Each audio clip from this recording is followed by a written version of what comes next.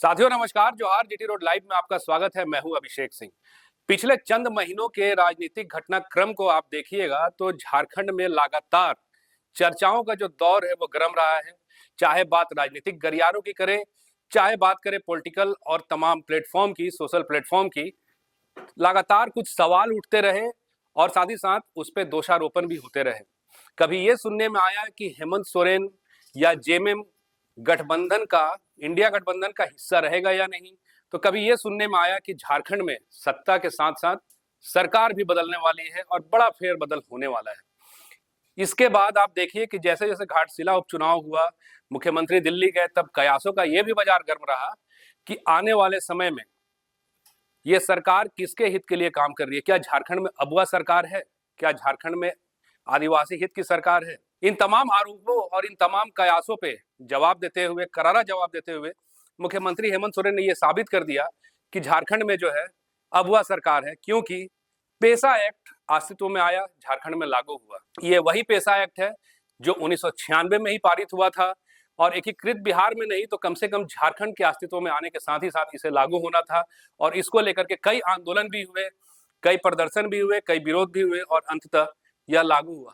लेकिन साथियों, ये जानने वाली बात है कि पेसा एक्ट है क्या और ये पेसा एक्ट किस तरह से आदिवासी हित में काम करेगा, किस तरह जल जंगल जमीन की रक्षा करेगा। आज के इस वीडियो में हम इस पे ही विस्तृत चर्चा करेंगे और आपसे यही आग्रह है कि अगर आप वीडियो में नए हैं, पहली बार आए हैं, तो हमारे वीडियो को लाइक जरूर कर लीजिए और सब्सक्राइब जरूर कर लीजिए। साथियों, आदिवासी कौन है? आदिवासी वो हैं जो जल जंगल जमीन के बीच अपने खुद के रहने की व्यवस्था बनाई, अपनी एक नई सभ्यता बनाई। और यही आदिवासी शुरुआत से ही आज तक जल जंगल जमीन की रक्षा करते आए हैं और साथ ही साथ आप देखिएगा कि समानांतर एक दूसरे पर निर्भर भी रहे हैं। बिना प्रकृति के आदिवासी नहीं है और जहां जल जंगल जमीन है वहां आदिवासी हैं भी। और आप देखिए कि जिस तरह से आज के डेट में पंचायत है, न्याय प्रणाली है, ये व्यवस्था नई नहीं है।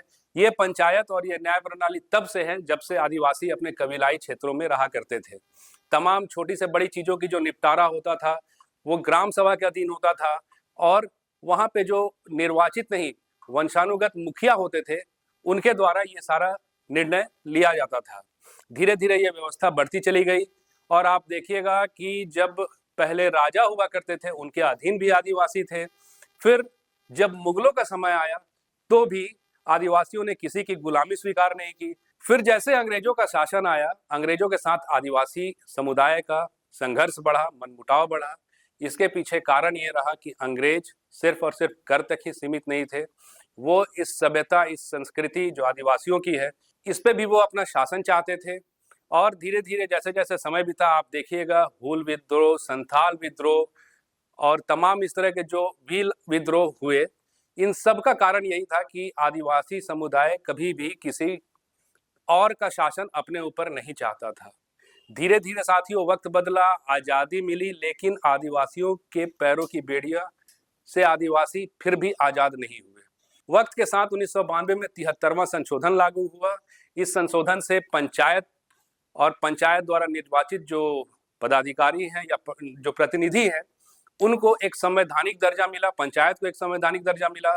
लेकिन अब भी जो आदिवासी बहुल क्षेत्र हैं, जो शेड्यूल्ड एरिया कहे जा रहे थे, वहां पे कोई बदलाव नहीं हुआ। इसको लेकर के आंदोलन भी हुए तमाम तरह के।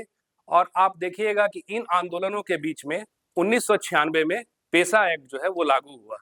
इस बीच दिलीप सिंह भुरिया की भुरिया समिति भी थी, जिसके प्रस्तावों को भी अधिग्रहित किया गया और पेसा अधिनियम 1996 में बनकर तैयार हुआ और साथ ही साथ लागू हुआ। एक साथ देश के 10 राज्यों में लागू हुआ, जिनमें आंध्र प्रदेश, मध्य प्रदेश, छत्तीसगढ़, महाराष्ट्र और उसके साथ ही साथ हिमाचल प्रदेश, गुजरात, ये सारे एरिया हैं। और इनके साथ अगर बात झारखंड की करें तो झारखंड के 13 जिले, जिनमें साहबगंज, जामताड़ा, खूंटी, सिमडेगा, रांची और साथ ही साथ पूर्वी सिंहभूम, पश्चिम सिंहभूम, ये तमाम 13 जिले हैं, जिनमें एक साथ आप देखिएगा 131 प्रखंड जो है वो शामिल होते हैं।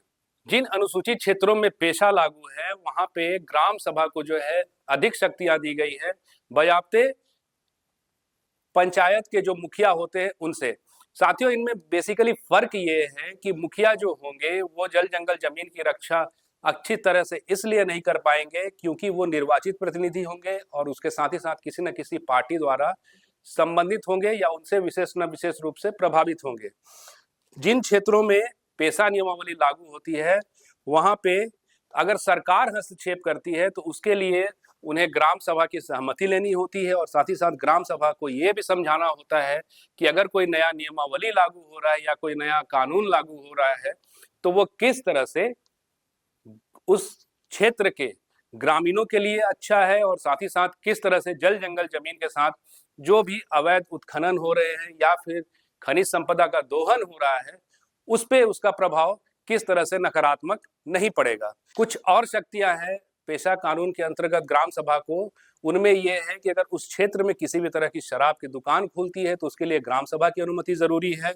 उसके साथ ही साथ जो भी छोटे मोटे अपराध, मवेशियों की चोरी से लेकर के किसी भी सामान की चोरी या जमीन के जो हल्के मामले हस्तक्षेप के होते हैं उन सब पे भी ग्राम सभा ही फैसला लेगी और एक न्यूनतम दंड जो है या अधिकतम दंड जिसे कहिए वो 2000 रुपए तक लगाने का अधिकार ग्राम सभा को होता है। उसके साथ साथ पंचायतों में चल रहे तमाम स्कूल और स्वास्थ्य की जो अस्पताल हैं इन सब पे भी आंशिक हस्तक्षेप का अधिकार जो है वो ग्राम सभा को है। साथियों, कुल मिलाकर के देखिएगा तो इसका सार यही है, इसका अर्थ यही है कि जहां जहां पे पेशा अधिनियम है वहां ग्राम सभा को यह अधिकार है कि जल जंगल जमीन की जो रक्षा है वो हम करेंगे और साथ ही साथ किसी तरह के भी पूंजीपतियों का या सरकार का अनैतिक हस्तक्षेप लागू नहीं होगा। झारखंड की बात करें तो पेशा की नियमावली बहुत पहले ही लागू होनी थी, लेकिन समय ब समय हेमंत सरकार का ये फैसला काबिले तारीफ है। आज के लिए साथियों बस इतना ही। जाते जाते आपसे वही आग्रह कि अगर आपने हमारे चैनल को सब्सक्राइब नहीं किया तो जरूर कर लीजिए, हमारे वीडियो को लाइक शेयर और कमेंट जरूर कीजिए। आज्ञा दीजिए, नमस्कार, जय हिंद, जय भारत।